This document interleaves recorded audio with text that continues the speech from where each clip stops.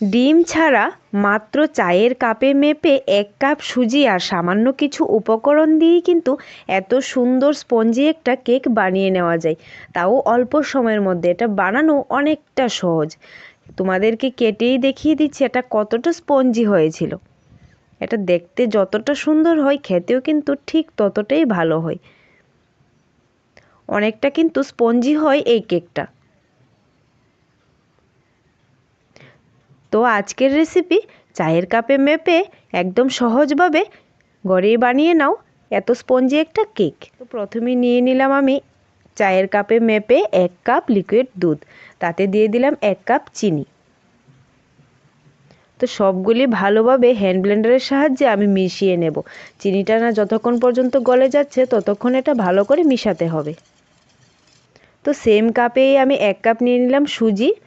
সুজিটাও দিয়ে আবার ভালো করে কিছুক্ষণ মিশিয়ে তাতে 1/2 কাপ আমি ময়দা অ্যাড করব। ময়দাটা কিন্তু 1/2 কাপ দেব, কারণ যতটুকু সুজি নিয়েছি এর অর্ধেক দিতে হবে ময়দা। এখানে 2 টেবিল চামচ দিয়ে দিলাম পাউডার মিল্ক। এটা দিলে কিন্তু কেকের টেস্টটা আরও বেড়ে যায়। 1/2 টেবিল চামচ দিয়ে দিলাম বেকিং পাউডার, সামান্য একটু বেকিং সোডা। 2 টেবিল চামচ দিয়ে দিলাম সাদা তেল। তো সবগুলি আবারও ভালোভাবে একসাথে মিশিয়ে নিচ্ছি। এরকম একটা স্মুথ ব্যাটার রেডি হয়ে যাবে। ঘনত্বটা কিন্তু দেখে বুঝে নিতে হবে।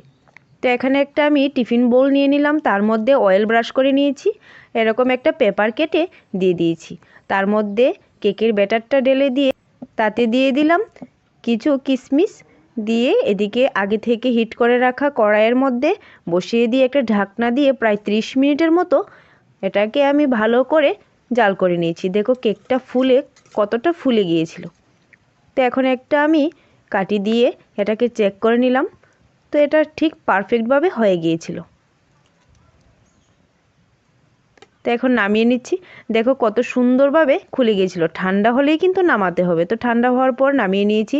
অয়েল লাগাতে এটা ইজিলি খুলে গিয়েছিল। সবগুলি উপকরণ যদি এরকম চায়ের কাপে সঠিকভাবে মেপে দেওয়া হয় তাহলে কিন্তু এই কেকটা একদম পারফেক্ট হবে, অনেকটা স্পঞ্জি হবে, আর অল্প সময়ের মধ্যেই কিন্তু বানিয়ে নেওয়া যায়। তাহলে একবার বানিয়ে বাড়ির সকলকে টেস্ট করিয়েই দেখো না যে কীরকম হয়েছিল কেকটা। আশা করি সকলেই বলবে যে খুব টেস্টি হয়েছে।